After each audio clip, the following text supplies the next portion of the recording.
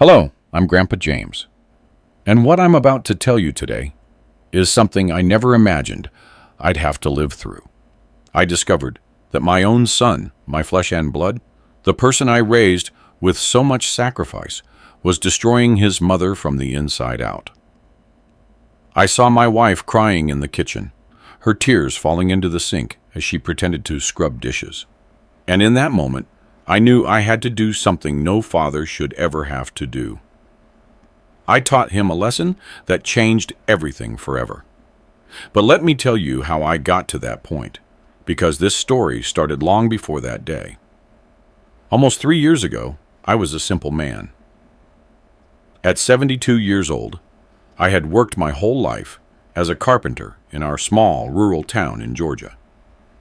My wife, Marion, had been my partner for 48 years of marriage, 48 years of waking up together, of sharing coffee before dawn, of building a life with our own two hands. We had 3 children, but Julian, our firstborn, was always special to Marion. He was her baby, her treasure, the first one she ever held in her arms. Julian grew up to be a smart kid. He went away to the city of Atlanta for college and studied business administration, something neither of us ever had the chance to do. We paid every single dollar of his college tuition by selling my antique tools, working double shifts, and saving every cent. Marion took in sewing and did piecework until 2 in the morning to make sure Julian had everything he needed. I remember the pride in her eyes when he graduated. He wore his black cap and gown, and Marion cried so hard that day, I thought she might pass out from the emotion. After graduation, Julian got a good job at a firm in the city. He married a nice young woman named Alyssa Vance, pretty, educated, from a good family. They had 2 children, my grandchildren, Sean and Chloe. Everything seemed perfect. Julian used to visit us every Sunday with his family. We'd eat Marion's famous smoky barbecue brisket, which she started preparing on Saturday, and I felt like my life had been worth it. I had raised a successful son, a good man. But 3 years ago, something began to shift. At first, the changes were subtle, so small I barely noticed them. Julian started arriving later on Sundays, and then he began canceling visits altogether.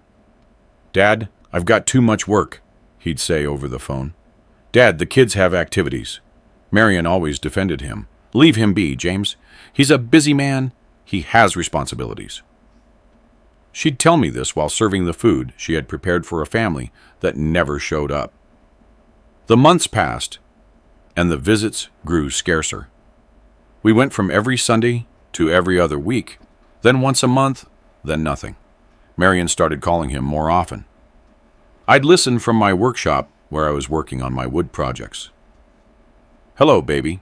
How are you and the kids? When are you going to visit us? Her voice always sounded hopeful, cheerful, though I could detect that tiny sliver of sadness hidden beneath her words. Julian always had excuses. Work, the kids, Alyssa, always something. And Marion always understood. He's just so busy, James. You know how city life is. It's not like it used to be when children lived close to their parents. But I watched as her eyes dimmed a little more every time Julian failed to show up. One day, about 2.5 years ago, Marion got sick. Nothing serious, just a bad flu that kept her in bed for a week. I asked her to call Julian and let him know. She refused at first. I don't want to worry him, James. He has too much work. But I insisted. Finally, she called. Julian told her he'd stop by as soon as he could. 3 weeks passed. Marion was already recovered by the time he appeared, and he didn't even mention that she'd been sick. He came, ate, and left. 2 hours. 2 hours for his mother, who had waited for him while sick in bed, asking every day if that would be the day her son came. I started noticing other things. When Julian talked to us on the phone, His voice sounded distant, rushed, as if talking to us was an annoying obligation he had to fulfill. "Yeah, Dad, it's fine, Mom. The kids are good. I gotta go. They're waiting." Click. And Marion would stand there with the phone in her hand, trying to convince herself that everything was okay. But what really opened my eyes was Marion's 69th birthday last year. A week before, she told me excitedly, "James, don't tell Julian, but I know he's going to surprise us. I bet he's coming with the kids and bringing a cake." I spent that whole week watching her prepare the house. She cleaned every corner, took out her special embroidered tablecloth, bought soda and chips, and prepared the brisket that Julian had loved since he was a boy, the one that takes her 2 days to perfect. On her birthday, Marion got up early. She put on her nice blue floral dress that Julian had given her years ago. She fixed her hair carefully. By 10 in the morning, she was sitting in the living room, waiting. "They'll be here by noon, I'm sure," she told me. Noon came. Nothing. "Maybe this afternoon, after lunch," she said. 3 o'clock, 4 o'clock, 5 o'clock. I watched as her smile faded, as her hands trembled every time she heard a car pass down the street. At 7 in the evening, the phone rang. It was Julian. "Happy birthday, Mom. I'm sorry. My day got complicated. I'll make it up to you next week." Marion told him it was no problem, that she understood, that she loved him. She hung up and stayed silent. She didn't cry, didn't say a word. She just took off her nice dress, packed the brisket leftovers into storage containers for the fridge, and went to bed. I stayed in the living room, looking at that empty, embroidered tablecloth, and I felt something I'd never felt toward my son. Profound disappointment. That night, I heard Marion crying softly in our room. She thought I was asleep. She cried in silence, muffling her sobs into the pillow. I stayed awake, pretending to sleep, feeling every one of those sobs like daggers in my chest. She had given everything for that boy. Everything. And he couldn't even be bothered to visit her on her birthday. The following months were worse. Julian barely called anymore. When he did, he only spoke to Marion, and the conversations lasted less and less time. "My son, how are the kids?" "Fine, Mom." "And Alyssa?" "Good." "When are you visiting?" "I don't know, Mom. It's tough." I saw Marion after every call, trying to smile, trying to act like everything was fine, but her eyes told a different story. I began to notice that Marion was changing. She woke up less animated, cooked less, and spent hours staring out the window, as if waiting for something that never arrived. She stopped going to her neighborhood friends' gatherings. "I just don't feel like it, James," she'd tell me. She stopped doing her needlepoint, something she loved. She stopped tending her garden. It was as if something inside her was slowly extinguishing. One day, about 8 months ago, I found her in Julian's old room, the room we'd kept exactly the same since he left for college. She had an old photograph in her hands from when Julian was about 10 years old. In the picture, he was hugging her, and she was smiling with that pure happiness only a mother can have. Marion had tears in her eyes. "Do you remember when he was like this, James? When he told me I was the best mom in the world? When he hugged me before bed? When he needed me?" I didn't know what to say.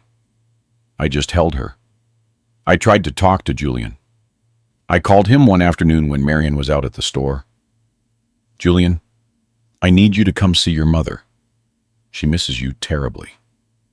His response was cold, mechanical. "Dad, I'm an adult now. I have my own family. I can't be running out there all the time. You guys have to understand. Son, I'm not asking you to come all the time. I'm just asking you to call her more often. To come see her once in a while. She gave you everything. Dad, enough. Don't try to make me feel guilty. I have my life. And he hung up. I stood there, with the phone in my hand, incredulous.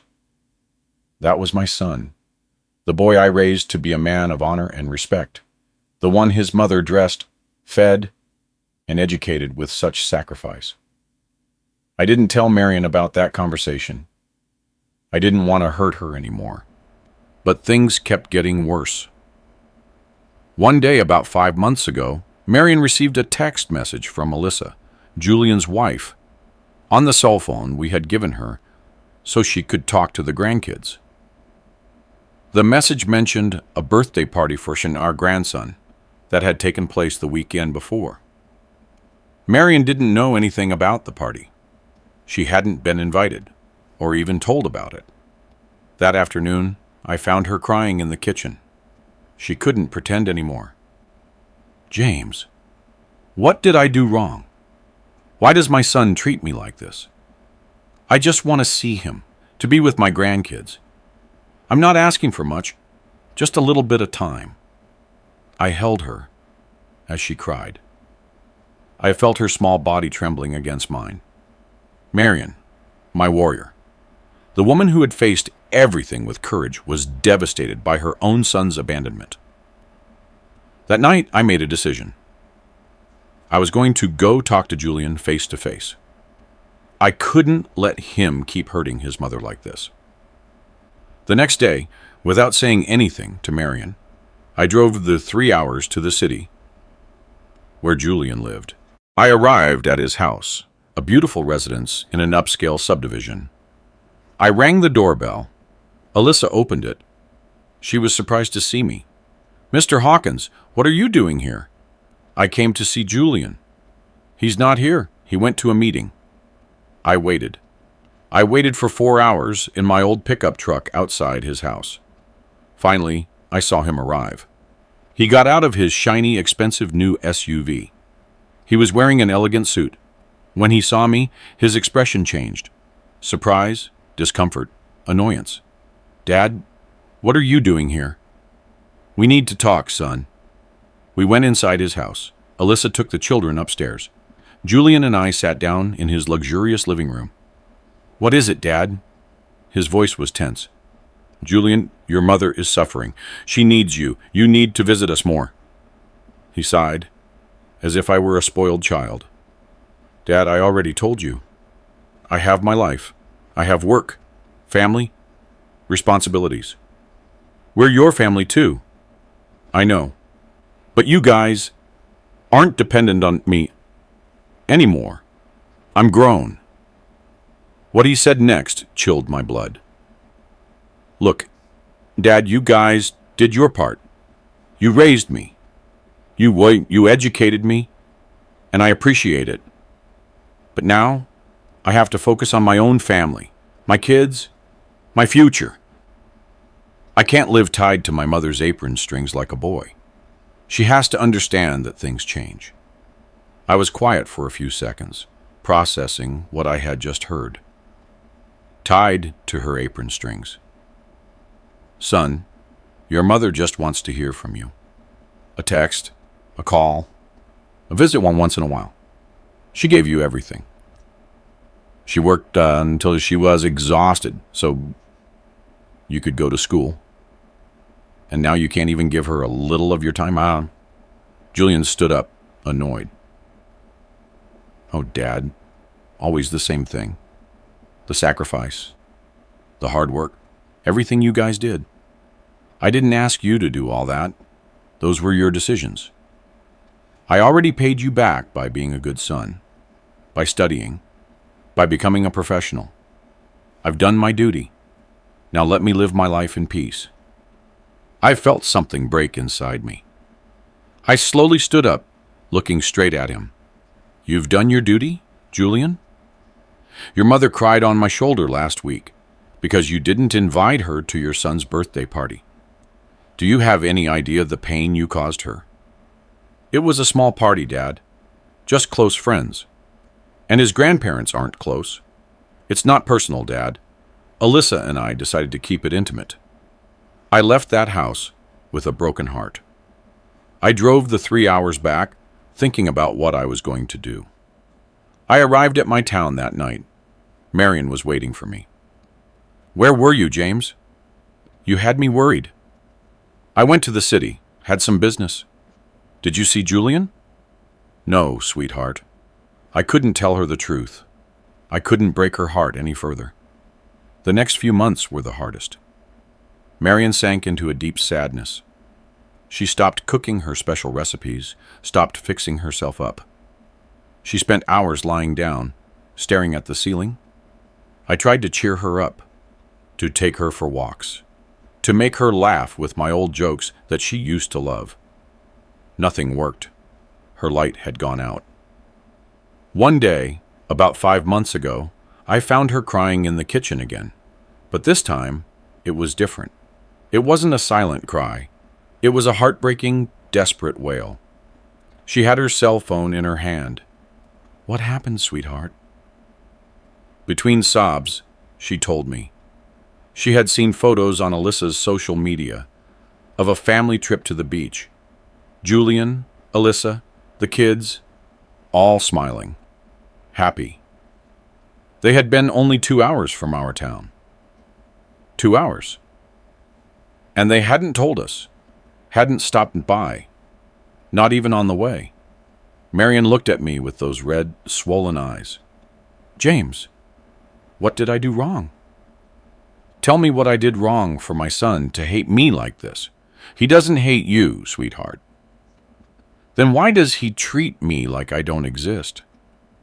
They passed so close by here, and he didn't even think of me who carried him for 9 months, me who stayed up all night when he was sick, me who sold my few pieces of jewelry to pay for his books, and now I don't even deserve 5 minutes of his time. I held her as she cried. I felt her tears soak my shirt. I felt her body trembling. And in that moment, seeing the pain of the woman I loved, the woman who had been the best mother in the world, I made a decision. Julian needed a lesson he would never forget. I couldn't sleep that night. I stayed up thinking about what to do. I couldn't stand idly by and watch my son destroy his mother. But I couldn't just go and yell at him either. That wouldn't change anything. Julian needed to understand, truly understand, what he was doing. And I was going to teach him. The next day, I started my plan. First, I called my other 2 children, Rose and Michael. I told them everything that was happening. They knew part of it, but not the magnitude of their mother's pain. Dad, we've tried to talk to Julian, Rose told me. He says we're exaggerating. Well, no more, I told them. Your mother is devastated, and I'm going to do something about it. My plan was simple, but effective. I was going to hold up a mirror for Julian. I was going to make him feel exactly what he was making Marion feel. I was going to cut off contact completely. And when he tried to reach out, when he wanted something from us, that's when he would feel what it was like to be ignored, to be rejected, to be treated like he didn't matter. I called Julian. It was a short conversation. Son, your mother and I have decided something. We aren't going to seek you out anymore. We aren't going to call you. We aren't going to wait for you. If you want to have contact with us, it's in your hands. But we are no longer going to chase your attention. Julian laughed. He laughed. Fine, Dad. Whatever you want. And he hung up. Marion got angry with me when she found out. James, what did you do? He's our son. Exactly, Marion. He's our son.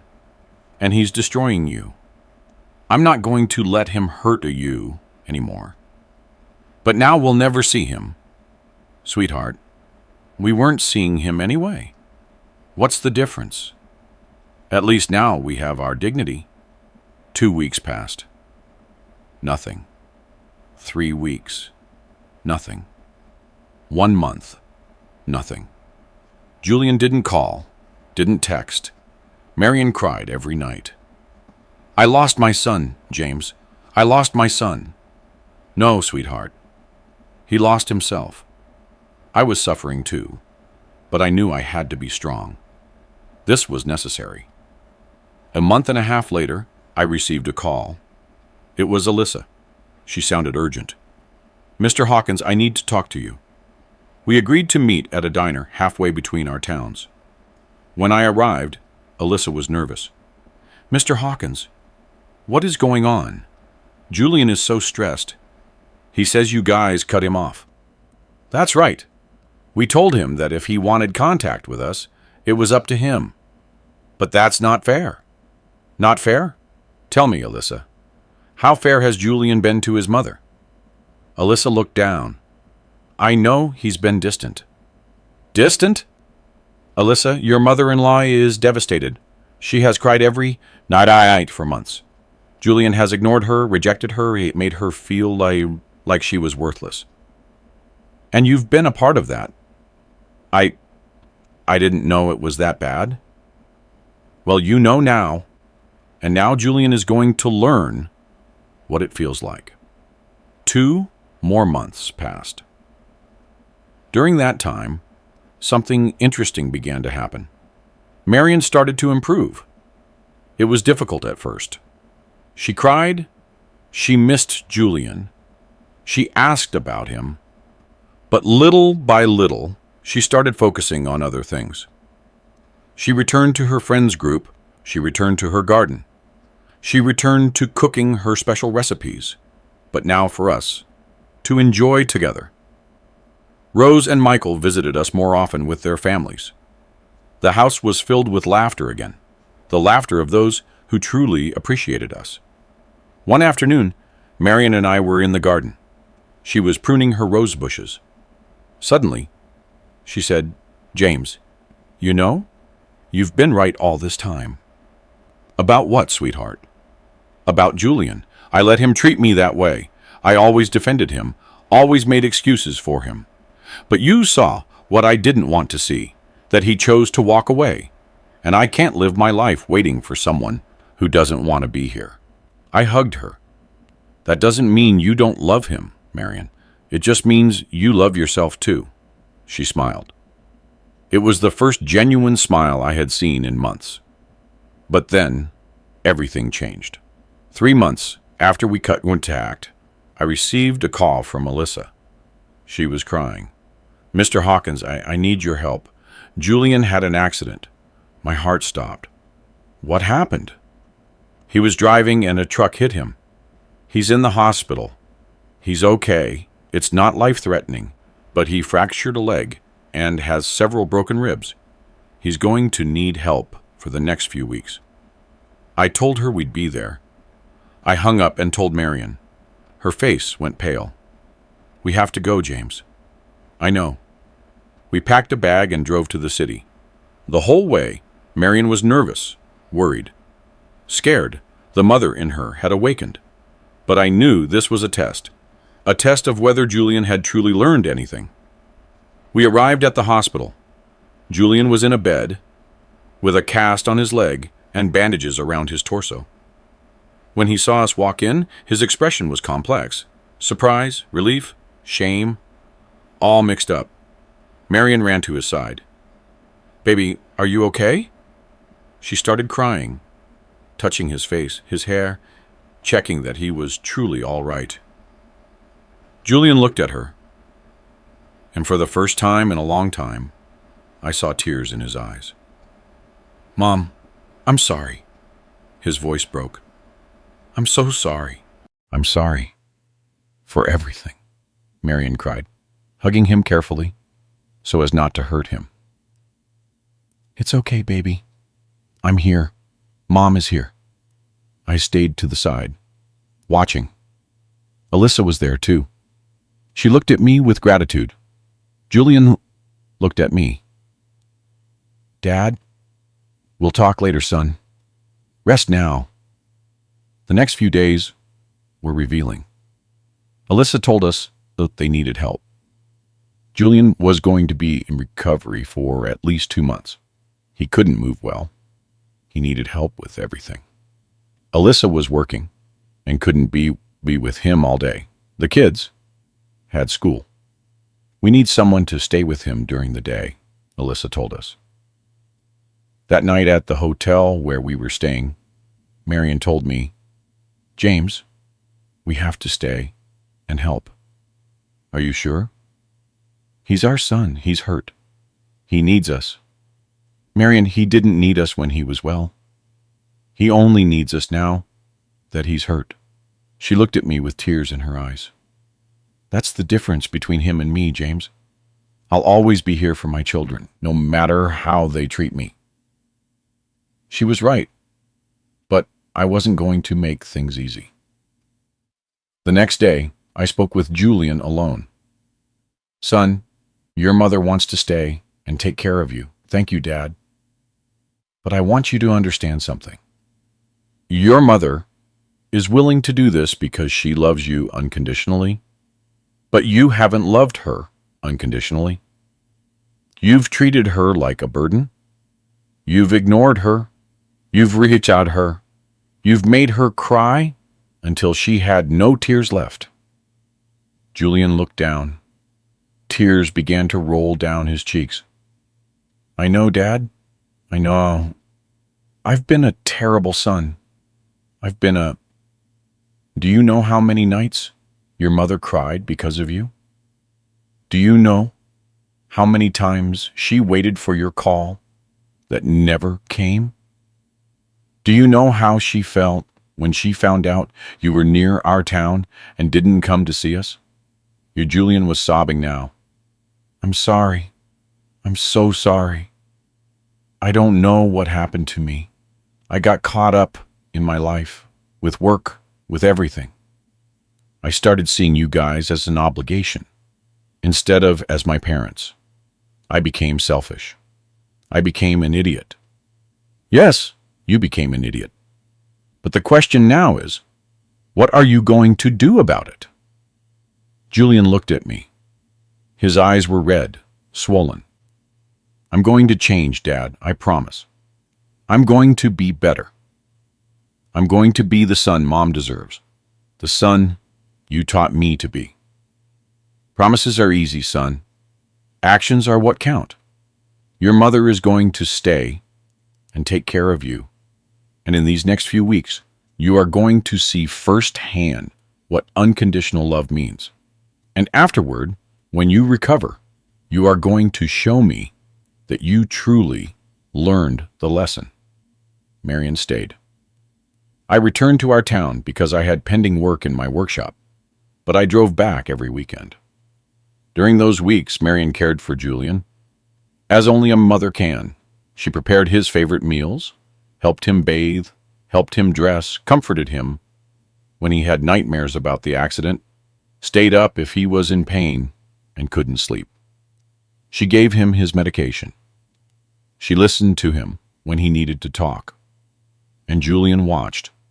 He watched every sacrifice, every gesture of love, every moment of patience. One afternoon, when I was visiting for the weekend, Julian called me into his room.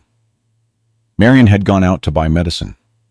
Dad, I need to tell you something. Tell me, son. These days with Mom have opened my eyes.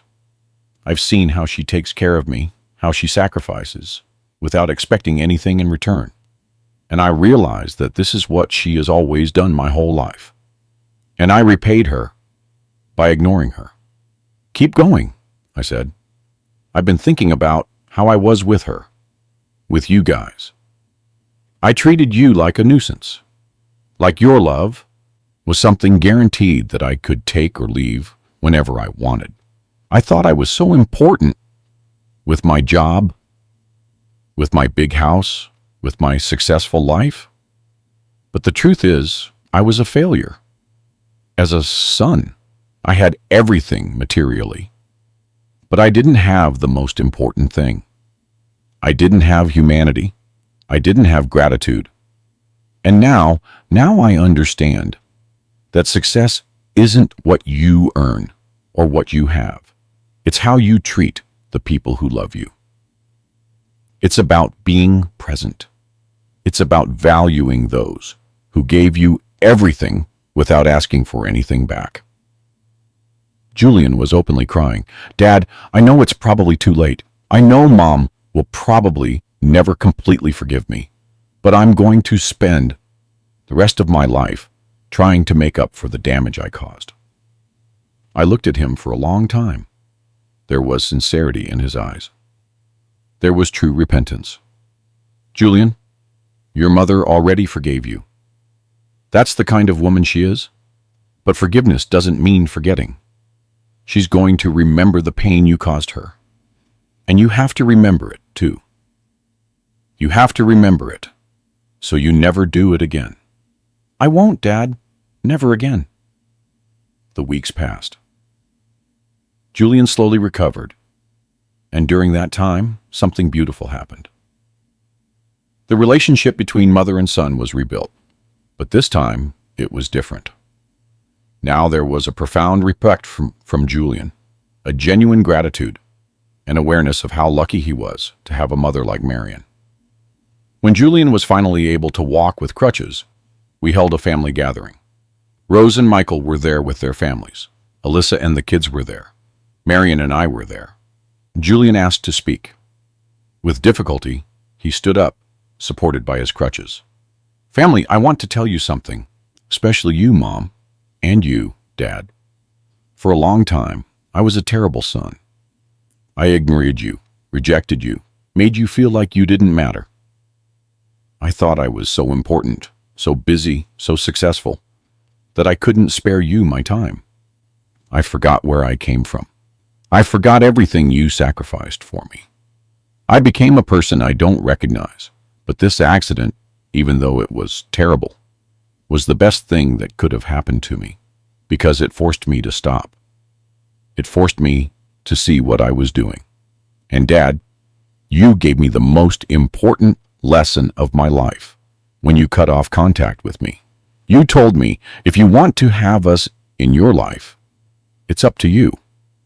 And at first, I was angry. I thought you were being dramatic. But then I understood. I understood that a parent's love isn't a right, it's a gift. And I was wasting that gift. Julian turned to Marion. Tears streamed down his face. Mom, I ask for your forgiveness. I would ask you on my knees, if I could. Forgive me for every tear you shed for me. Forgive me for every night you felt alone waiting for my call. Forgive me for every birthday, every Sunday, every moment you needed me, and I wasn't there. Forgive me for making you feel like you weren't important to me, when you are the most important thing I have. Marion cried. We all cried. Julian continued. I can't bring back the lost time. I can't erase the pain I caused. But I can promise you something. From today on, you will be my priority. I will call you every day. I will visit you every week. I will be present in your life, just as you were always present in mine. I will be the son you deserve, not the selfish son I was. Marion stood up, walked to Julian, and embraced him. Baby, I already forgave you. From the moment I heard about your accident, I had already forgiven you, because that's a mother's love. But I'm glad you understood. I'm glad you learned. They hugged it for a long time. I watched the scene with a full heart. My plan had worked. The lesson had sunk in deep. Then Julian addressed me. Dad, thank you. Thank you for being strong when I was weak. Thank you for protecting Mom when I was hurting her. Thank you for not letting me continue to be that selfish man. You gave me the hardest lesson of my life, but the most necessary one. You showed me that actions have consequences, that you can't treat people badly and expect them to always be there. You taught me dignity. I got up and hugged my son. Julian, a father doesn't just raise his child in childhood. Sometimes he has to educate him in adulthood, too. I couldn't stand idly by watching you destroy your mother and destroy yourself. You were a successful man on paper, but empty inside. You needed to remember where you came from. You needed to remember the values we taught you. And I remembered, Dad. I remembered everything. I remembered when you sold your tools to pay for my college. I remembered when Mom was sewing late at night so I could have extra money. I remembered all the sacrifices you made, all the times you were there for me, and I was ashamed. I was deeply ashamed of who I had become. Alyssa spoke too. Mr. Hawkins, Mrs. Hawkins, I also ask for your forgiveness. I saw how Julian treated you, and I didn't say anything. Even worse, sometimes I supported him. We cut your time short. We made excuses. I also became part of the problem. But seeing everything that has happened, seeing how you responded with love, even when you had every right to walk away, I learned what it means to be a true family. The children, Sean and Chloe, also came closer. Sean, the older one, at just 8 years old, said, "Grandma, Grandpa, we love you too. Dad has been telling us stories about when he was little, about how you raised him. We want to spend more time with you." Marion hugged them, crying tears of joy this time. That day marked a new beginning. But I knew words were easy.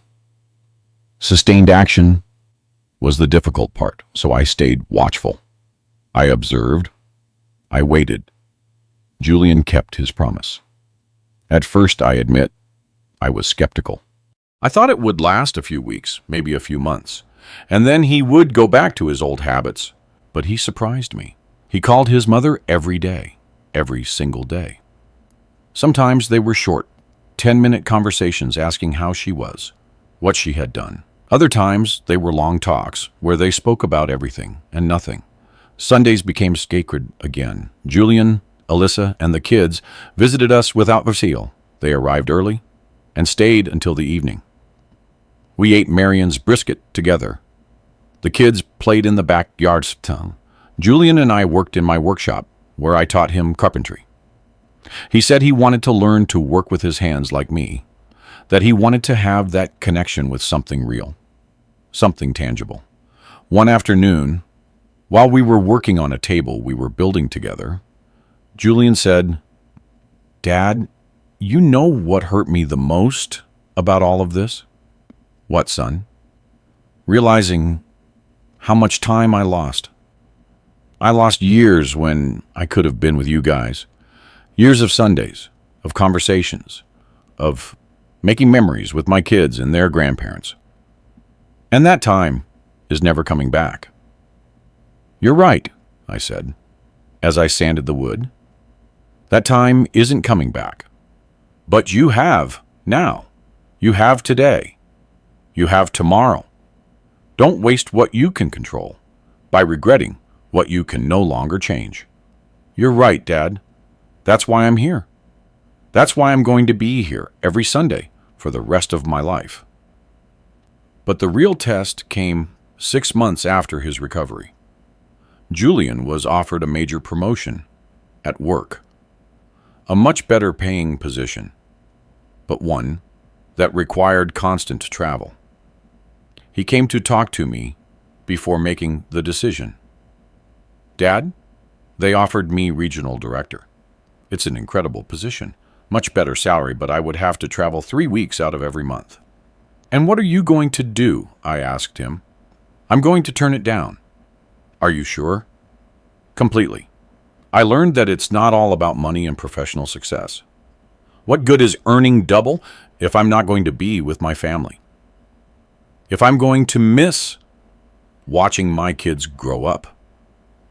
If I won't be able to come visit Mom and you on Sundays, I already made that mistake once.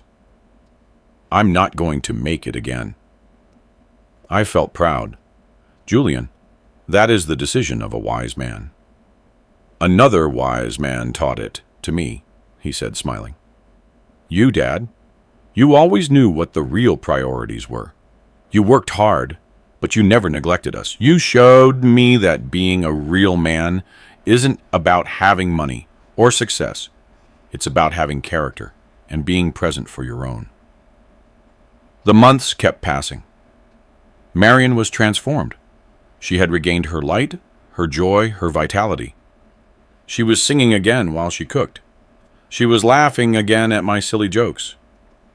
She was tending her garden with that special dedication. But more than anything, she had hope again, because her son had returned. Not the son who left years ago, but a better son, a son who had learned, who had matured, who had understood the value of family love. One Sunday after dinner, Julian asked for everyone's attention. Family, I want to announce something. We all looked at him expectantly. Alyssa and I have made a decision. We're moving. My heart stopped for a second. Marion went pale. We're moving right here to the town. We're buying a house 3 blocks from yours. Marion clapped her hands over her mouth, muffling a cry of surprise. Are you serious? Completely serious, Mom. We already found a house. I already talked to my boss about working remotely. The kids will switch schools. We want to be close to you. We want the kids to grow up with their grandparents nearby, like it should have always been. Marion wept with happiness. She stood up and hugged Julian, then Alyssa, then the children. I felt tears in my eyes too. This was the ultimate proof. Julian wasn't just saying he had changed.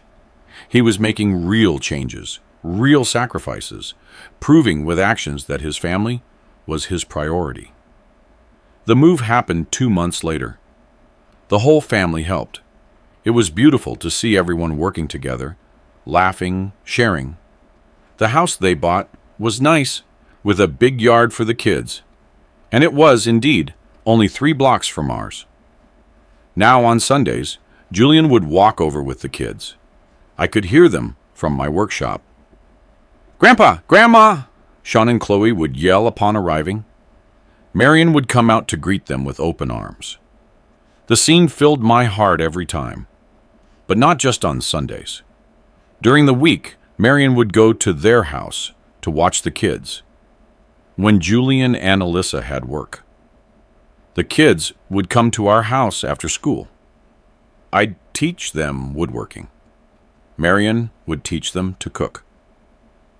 The family bonds were strengthened every day. One night, about a year after Julian's accident, Marion and I were sitting on our porch. It was a quiet night with the stars shining overhead. Marion took my hand. James, I've never told you this, but thank you. For what, sweetheart? For not giving up. For fighting for our family when I no longer had the strength.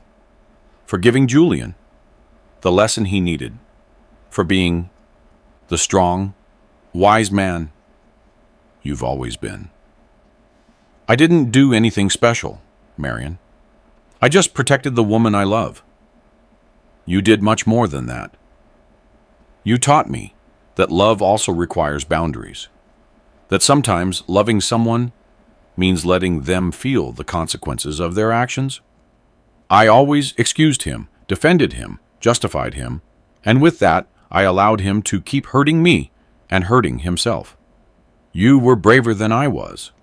It wasn't bravery, Marion. It was necessity. I couldn't watch you suffer anymore. I couldn't allow our son to become a man without values, without gratitude, without humanity. We had to do something drastic, and it worked. Look where we are now. Look what you accomplished. She was right. I looked around. 3 blocks down was Julian's house, with the lights on. I could imagine the family eating dinner together, the kids doing homework, Julian and Alyssa talking about their day. And I knew that at any moment, one of them could walk those 3 blocks to visit us, to ask for advice, or just to be with us. You know what the most ironic thing about all of this is? I asked Marion. What? That I had to push my son away to bring him back. I had to teach him what it was like to lose you for him to learn to value you. Sometimes the most important lessons are the most painful. The following months were filled with pure family happiness. Julian became fully involved in our lives, and we in theirs. We went to Sean's soccer games. We went to Chloe's dance recitals. Julian came to my workshop almost every afternoon after work, and together we did woodworking projects. Marion and Alyssa became very close, cooking together, sharing recipes, talking about everything. But the most important thing is that Julian changed as a person, not just with us, but with everyone.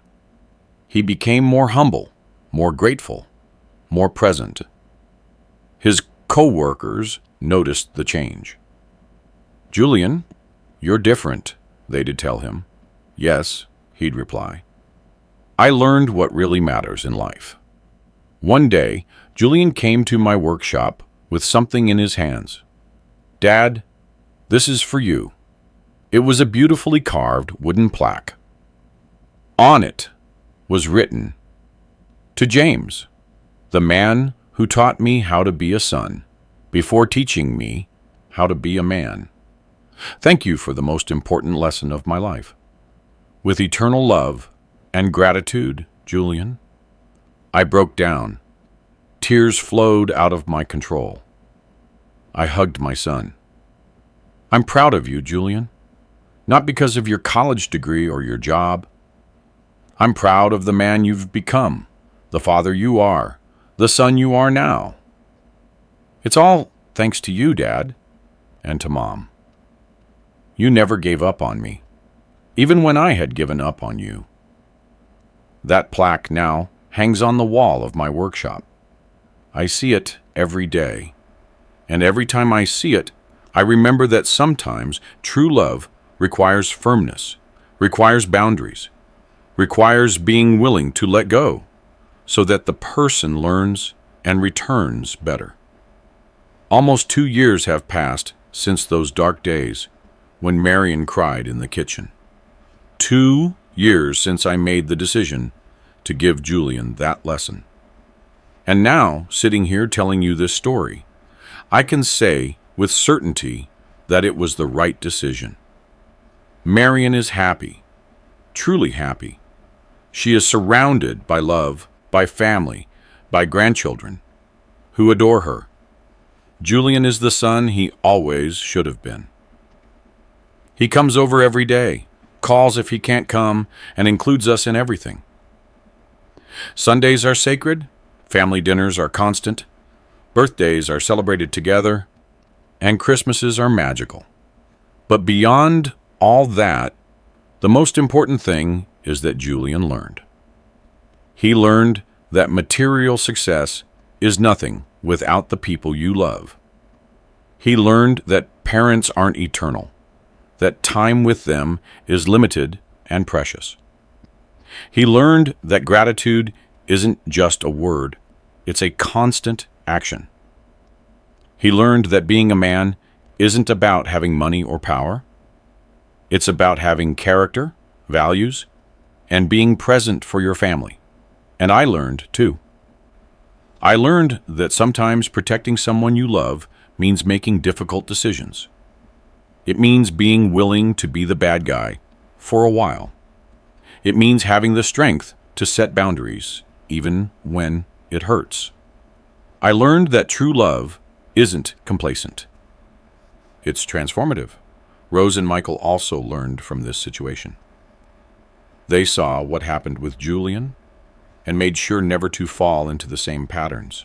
They have always been present, but this reminded them of how important it is to value parents while you have them. Now, when I see Marion smile, when I hear her laughing with her grandchildren, when I see her in the kitchen cooking with Alyssa, while the kids play outside and Julian and I work on a project, I feel that everything was worth it. The pain, the tears, the difficult nights, it was all worth it, because we got our son back, and he got his humanity back. A few weeks ago, we had another one of those Sunday family dinners. Everyone was gathered. After eating, Julian asked for attention. "Family, I want to share something." He took out his phone and showed a photo. It was from those dark days, a photo that Alyssa had taken without our knowledge. In the picture, Marion was in the kitchen with a lost look, wiping dishes that were already clean, her eyes red from crying so much. "This photo," Julian said with a trembling voice, "I keep it on my phone as a permanent reminder, a reminder of what I must never do again, a reminder of the pain I caused, but also a reminder of the capacity for change that we all have." He then showed another photo. It was from that very week. Marion surrounded by her grandchildren, laughing, with eyes bright with happiness. And this photo reminds me why I changed. It reminds me of what really matters. It reminds me that family love isn't a right. It's a gift that we have to cherish every day. We all cried that day, but they were tears of healing, of gratitude, of love, because our family had been through the fire and emerged stronger. Now, when the young people in town ask me for advice, because at my age, they see me as a kind of town elder, I tell them this story. I tell them that success isn't what you have. It's who you are and how you treat the people who love you. I tell them that parents aren't eternal, that time with them is the most valuable treasure they have. I tell them not to wait until it's too late to value those who gave them everything. And I tell parents something different. I tell them not to be afraid to be firm with their children. True love sometimes requires toughness. It means not letting them become selfish or ungrateful people. It means setting boundaries, even if it hurts. It means being willing to let them feel the consequences of their actions so they learn, because complacent love helps no one. Transformative love, although difficult, is what truly builds character. Marion sometimes tells me I was too hard on Julian, that maybe we could have handled things differently. But then she looks at our son, sees how he is now, sees the united family we have, and she recognizes that it was necessary. "You were right, James," she tells me. "I was so blinded by my mother's love that I couldn't see I was truly losing him. You brought him back. But I don't see it that way. I didn't bring Julian back. Julian brought himself back. I just held up the mirror for him. I just gave him the opportunity to see what he was becoming. The decision to change was his. The work of transforming was his. I only established the necessary boundaries for that transformation to occur. Now, at 74 years old, I look at my life and feel satisfied. Not because of the money I have, which isn't much. Not because of the material success I never sought. I feel satisfied because my family is united. Because my children respect and love me. Because my grandchildren know me and want to spend time with me. Because my wife is happy. And because I succeeded in teaching my son the most important lesson.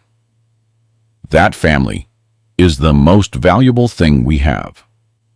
Julian is now teaching these same lessons to Sean and Chloe. I watch them interact. And it's beautiful. He is a present father, involved, loving, but firm. He doesn't make the same mistakes he made with Marion and me. And when the children ask why it's so important to visit the grandparents, to spend time with family, to be present, Julian tells them his story. He tells them how he almost lost his parents because of his selfishness. He tells them the lesson that their grandpa James taught him. A few days ago, Sean came into my workshop. He's 9 years old now. Grandpa, Dad told me that he didn't used to come see you guys much. That's right, son. And you punished him? I laughed. Not exactly punished him. I taught him a lesson. What lesson? I taught him that the people we love aren't going to be here forever, that we have to value them while we have them, that time is the most precious gift we can give. Sean looked thoughtful. Grandpa, I'm always going to come to see you, every day if I can. I hugged him. And I'll be here waiting for you, son, always. This is my story, the story of how I couldn't bear to watch my wife cry over our son, and decided to give him a lesson that changed everything. It wasn't easy. There were times when I doubted, moments when I thought perhaps I was being too hard, too extreme. But now, seeing the results, I know it was the right thing to do. To all of you who are hearing this story, I say this. If you have parents, value them, call them, visit them. Don't wait until it's too late. Don't wait for an accident or an illness to make you realize what you have. Time passes quickly. Parents get old, and one day they won't be there anymore. And to the parents, I say, don't be afraid to be firm with your children. True love sometimes requires toughness, requires boundaries, requires being willing to make difficult decisions for the good of our children, even when they are adults. Don't let them turn into people you wouldn't recognize. Teach them values, gratitude, and respect, because those are the most valuable inheritances you can leave them. My story has a happy ending because Julian chose to change, because he saw the mirror I put in front of him and decided to become a better person. But not all stories end this way. Some children never learn. Some parents never set boundaries. And both lose. They lose time. They lose relationships. They lose the opportunity to have what Marion and I have now. So my final message is this. Don't take the people who love you for granted. Don't assume they will always be there. Be present. Be grateful. Value every moment, every conversation, every hug, because life is short. And in the end, the only thing that truly matters is the love we share with the people who matter most to us. I gave Julian a lesson, but Julian gave me something more valuable. He gave me the opportunity to watch a man acknowledge his mistakes, humble himself, and completely transform. He gave me the joy of seeing my wife happy again. He gave me the gift of a united and loving family. He gave me hope that people can indeed change when they have the right reasons. And now, when I sit on my porch at the end of the day, with Marion by my side, watching Julian walk towards our house with the grandkids, hearing their laughter filling the street, I know it was all worth it. The pain was worth it. The toughness was worth it. The lesson was worth it. Because in the end, love won. Family won. And that, my dear friends, is the only thing that truly matters. Did you like my story? If you listened till the end, drop a number 1 in the comments. If you enjoyed it, you can support me by liking the video and sending a small tip. I've got lots of other life stories like this on my channel, so make sure to subscribe and check them out. I've added 2 new stories on screen that everyone loves. Thanks for being here. See you in the next one. With love.